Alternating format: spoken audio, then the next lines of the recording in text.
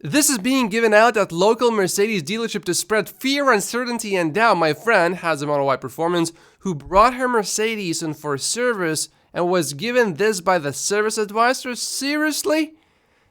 This says Tesla recalls nearly all 2 million of its vehicles on the US roads. This is dirty because they know this is just a software update. It's not a real recall. There's contact information, address, and the phone number, email address as well.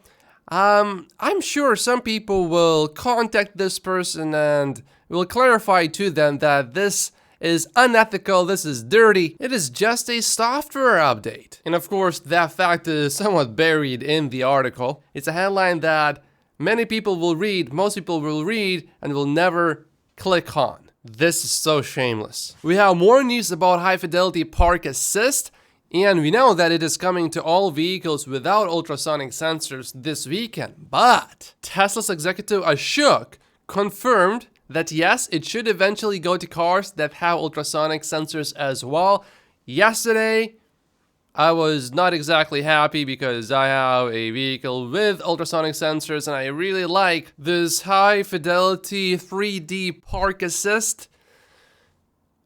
But now, it's coming to all vehicles eventually, but eventually could mean it's gonna take perhaps a long time. But I'm not going to sit here and complain about my car getting better, but just a little bit later. I mean, it's amazing that Tesla can basically add LiDAR to its cars with just a software update. Well done. Chuck Cook is driving the newest FSD Beta version, and his Tesla was going around manhole covers in Atlanta. This could be the first hint of driving around objects like potholes or raised manhole covers. I do like this. Sometimes when there's a speed bump, my Tesla slows down if I'm driving on FSD. Sometimes it doesn't. I would like that to happen every single time. Cybertruck deliveries are now starting to real customers. Austin Cybertruck deliveries are kicking off. This is a Cybertruck that's ready for delivery tomorrow. There are tons of Foundation Series Cybertrucks in the Austin showroom. By tons, he probably means maybe a few. Specifically, the number appears to be 4. So, not too bad. And because this was posted yesterday, it means the deliveries will happen today on a Sunday. Why would you deliver them on a Sunday unless you have more Cybertrucks coming? If you didn't have many, you would just deliver it on a weekday because it's cheaper to do that, generally speaking. So this is good progress, I think. It looks like some that got their Cybertruck order permitted have now lost it. So you have to act fast if Tesla contacts you saying that you can get your Cybertruck now. If you wait, someone else will take it. And look at these Cybertrucks, 3 rows of them. This looks incredible. It looks like we are going to war and we are winning. There are so many Cybertrucks coming out that people have lost track of how many are actually new Cybertrucks and how many were there before these pictures were taken. This might turn out as good news. After overseeing the investigation into Tesla's autopilot system over the past couple of years, the acting chief of the National Highway Traffic Safety Administration, Ann Carlson, has announced plans to step down. But don't hurry to celebrate yet, because this is in cooperation with a law that limits how long officials can remain in the position. So possibly we will get someone who is more pro-Tesla. That would be ideal, but we could get someone just as bad or someone even worse. Anyway, about Tesla's autopilot system, they say one of the things we determined is that drivers are not always paying attention when that system is on. As if drivers who don't use autopilot also always pay attention. The number one cause of accidents is distracted driving. And we know very clearly that when people drive with autopilot on, these vehicles are less likely to have an accident, as you can see from the data here. And I need to make a little confession here. When the autopilot or FSD starts nagging me, especially if it happens multiple times in a row, which has happened, I just turn it off. And then I just drive myself. Now, the data says that that is less safe. So if these new regulations that Tesla is implementing is going to create more nags for me in an annoying way where I just get fed up and just turn off the whole system, that means the roads are now less safe because of this regulation. Unintended consequences despite possibly good intentions. Autoblog.com has this article: Elon Musk is cracking under the pressure of the biggest gamble he's ever taken in his life. And I really need to emphasize that this is a real article. I really have to say it. You'll understand why after I read this one single line for you. SpaceX rockets captivated the public's attention even when they blew up. Everyone still clapped.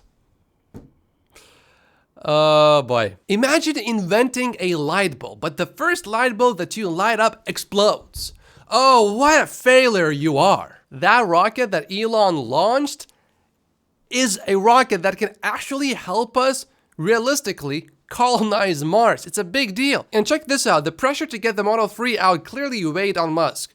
This is writing about what happened before about Tesla, but look at how arrogantly this is written. And he was not subtle about it. On Tesla's first quarter earnings call, he cut off one analyst's basic financial question, saying that boring bonehead questions are not cool. He got so frustrated that he ditched the analysts entirely and started taking questions from fans posting on YouTube. Eventually, he even begged skeptical Tesla investors to please sell our stock.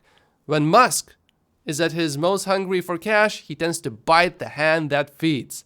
Bite the hand that feeds. We are talking about 2018. Tesla stock in 2018. Was there a single mention that Tesla stock since then more than 10x'd? No, not a single mention. And you know what's that biggest gamble that supposedly Elon Musk just took? It's basically telling the advertisers to go grow food yourself. That's what the article is written about, basically. A man buying a company for a relatively low percentage of his total net worth supposedly is the biggest risk that he has taken in his life. The delusion is just painful here. I spent about 10 minutes reading that article slowly so that I can think from this person's perspective to understand, why would you say that Elon is cracking under the pressure here? And I tried really hard to find what that big gamble was. It was not very clearly written, by the way.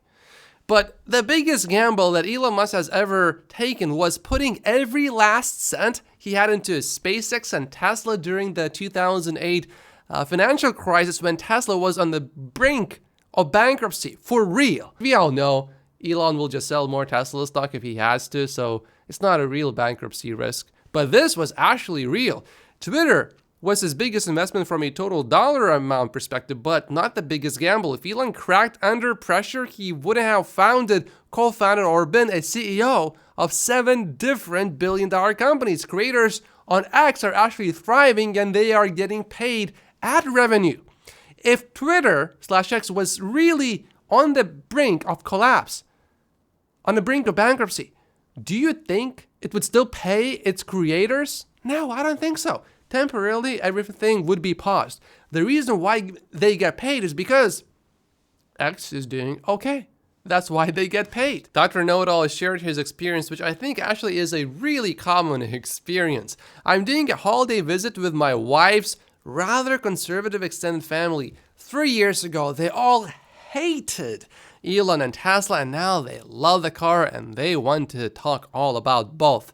3 years ago, my rather liberal extended family loved Elon and Tesla, and now they hate them both.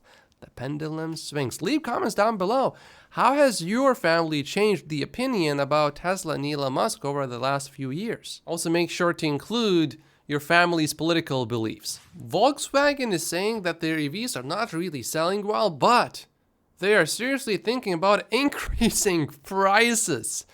Wow, well, they do need to cut costs somehow. This is actually really related to Tesla. Companies give stock to incentivize employees to feel ownership and attachment to the company, but then if a stock gets them rich, they do not want to work anymore. Nvidia's employees are suddenly so rich and happy that the company's got a semi-retirement problem, insiders say. And Jason made some really good points here. Elon probably understands this dynamic better than any CEO. This is why he never tries to pump the stock price. He doesn't try to sugarcoat anything during earnings calls. He sometimes does the opposite. He's not sensitive to Wall Street expectations. Elon has an incentive to keep Tesla in the sweet spot between employee disillusionment and mass employee retirement. He wants full utilization of his employees, and the employees with a long-term vision will be rewarded well beyond their expectations. Also, this is one reason why Elon Musk puts such high emphasis on the mission, because if the emphasis is always on the stock, then that's what employees are also focused on. If you put emphasis on the mission, you attract people that are there largely for the mission. So even though they make a lot of money, they still want to stay and work just as hard. He doesn't control the stock price, of course, but his frankness on the risks and challenges ahead is rare among CEOs, absolutely. I'm convinced that if he was more focused on quarterly earnings, the stock price would be $500 today. I fully agree with that. But then we wouldn't have Optimus, FSD, or any of the other revolutionary products beyond autos with massive S-curves that will take years to reflect their full potential in earnings. It's a long-term stock for long-term thinkers. Now, I think it's possible to do both, to be focused on quarterly earnings, but at the same time, still have a long-term vision. It's difficult, very difficult. And I would much rather have someone like Elon who's focused on the long-term vision and drives product development instead of someone who does not really do that but is really focused on quarterly earnings. I think Elon is a much better choice, but in the perfect world you would have both. But Elon, not so focused on the short term, actually works to my advantage because I'm still buying a lot of Tesla stock, and I would much rather have Tesla stock do nothing for the next 5 years and then eventually explode super fast, because during all this time I can just keep buying at lower prices. There's more progress being made in Mexico. There's going to be a 3-lane highway expansion, which will of course be very useful for Tesla's Gigafactory later on. This is so cool. The Cybertruck's wade mode apparently uses its air suspension tank to seal its battery during river crossings. In the Cybertruck parts catalog, there is an entry called Scuba Pack Airline, which goes from the air tank to the battery pack. In addition, a scuba valve block assembly lets compressed air in the line to increase outward pressure and prevent water from entering the battery pack during river crossings and the like. Troy just updated his public delivery estimates for Q4, and his estimate is down from 482,000 to now 477,000. Yeah, losing that 4,500 euro incentive in Germany is definitely not helping Tesla deliver more cars, so that certainly impacts Troy's calculation. Did you know that renewables are on track to surpass coal power in the US? It doesn't just take a moron to not understand this, it takes an ignorant moron to not understand this after seeing this. And not understand that the transition to electric vehicles is inevitable just based on seeing that. Someone is going to trade in their Rivian for a Cybertruck, but the Rivian CEO told us that the customer segments for the Rivian vehicles and the Cybertruck do not overlap. So how do you explain this? The explanation is Rivian is a bit scared right now. It can certainly succeed, but it's just going to be a bit more difficult because of the Cybertruck. A 20,000-ton Giga Press now exists. It is definitely not a bad thing that Tesla is able to figure out how to do more with smaller castings, because that makes overall manufacturing cheaper, more efficient, because you can make the same part, but with a smaller casting machine. So I don't see it as a bad thing at all. Steven just visited a version of the simulation in 2042, in which Tesla had solved autonomy and Optimus production was already in the tens of millions annually. He took a screenshot while he was there. I'm looking forward to 2042. I wonder if the media headlines will still remain just as negative. Most likely, yes. Usually Elon wears shoes like this. But yesterday when I watched the interview, I noticed that he's not wearing that type of shoe. And I didn't think much of it, but turns out it's a Cybertruck pair of shoes. But I don't think you can buy these shoes anywhere yet. Ford and GM vehicles will gain access to more than 12,000 Tesla Superchargers in North America in February 2024, according to Tesla Design Manager of Charging Infrastructure. We are opening up to most of the other car manufacturers in stages just to make sure we do not get swamped all at once. I think that's a good strategy. You might have somebody at home thinking about getting a Tesla, and they go, oh, you know what, honey? You're right. They just announced a huge recall. I'm going to go look at the Audi e-tron. Granted, the media must call Tesla for comment, as you guys do every time. And what does Tesla say? Nothing. So why would the headlines... They don't have a media communications department. Right. So why would the headlines be correct? How would the headlines be correct if they don't correct them? So then you have me on TV and we try to get the right information out to consumers and to viewers and to investors, but Tesla doesn't do this. So why? Yeah. Well, you know what? Hold on. We're going to go in a second, but this, you're making kind of an interesting point that a lot of our viewers probably and Tesla investors don't get. Musk does things his own way. They don't have an internal PR department, and whatever you think about that, I can tell you this much: if I went on TV and I said something incorrect about Ford, okay, their team is on it. They watch this show, they watch this network, they follow tweets, and they're very good. And I mean that as a compliment. They will contact me and be like, Brian, what you said was not accurate. And then if we figure it out, I'll go on and say, what I said was not accurate. There's no one doing that at Tesla. Right. I've had that happen from spots I've done where I've talked about a company and some of the things I said weren't 100% accurate. And the company reached out to me and was like, well, it's not quite exactly what we did here. And I was like, wow, thank you so much. I didn't mean, like I'm trying to get it right, you know? So they're the only company in America that functions this way. And so what I say to Tesla back as an owner, how is it okay that every day the headlines are misleading about what's happening at your company, but you don't make any effort to fix the problem? I think before, this issue largely did not matter at all because Tesla had a huge backlog and Tesla was solely focused on making the best possible product in the world, and Tesla succeeded in doing that. Now Tesla is thinking about advertising. If we are advertising, I don't see much of a problem of doing here in the US what Tesla has been doing in China for quite a long time. And that is addressing some of the media issues with a PR department. Tesla does have a PR department in China. If Tesla said that, yeah, we are not advertising still, we don't want to advertise, then I wouldn't really take this issue too seriously. But because Tesla wants to advertise, I think part of advertising can be addressing some of these rumors or incorrect facts out there in the media.